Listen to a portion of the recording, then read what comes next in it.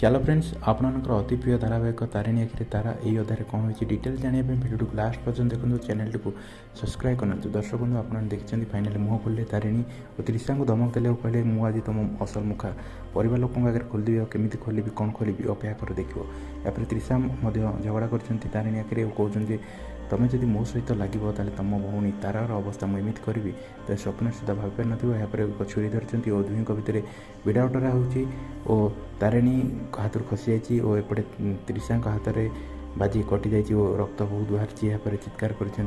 त्रिशा और समस्ते शुणी त्रिशा कहीं कांदुंट और दौड़ी आसुँच और त्रिशा भूल दे दी तारिणी की यापर पीयूसी माँ गाड़ी कर तारिणी की कहते तू मिछ कह से बंद था तू त्रिशा को सही पार्नु कहीं से तरुण को बाहर जाऊँगी तू चाहूजे तारा बाहु तरुण को से तू त्रिशा को एमती कर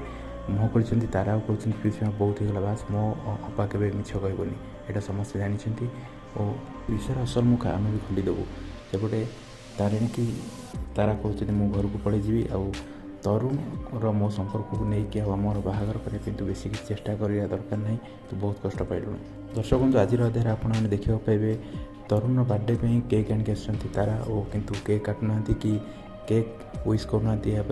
तरुण निजे केक काटुंट कहते खाइब ना ना केक मत विश कर ना ना और निजे निजक हापी बर्थडे कही निजे केक खाऊँ कांदुंट कहते मो बर्थडे गिफ्ट कहीं आउ तुम फ्रेंड को तुम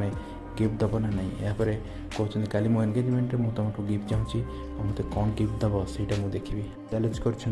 तारा को।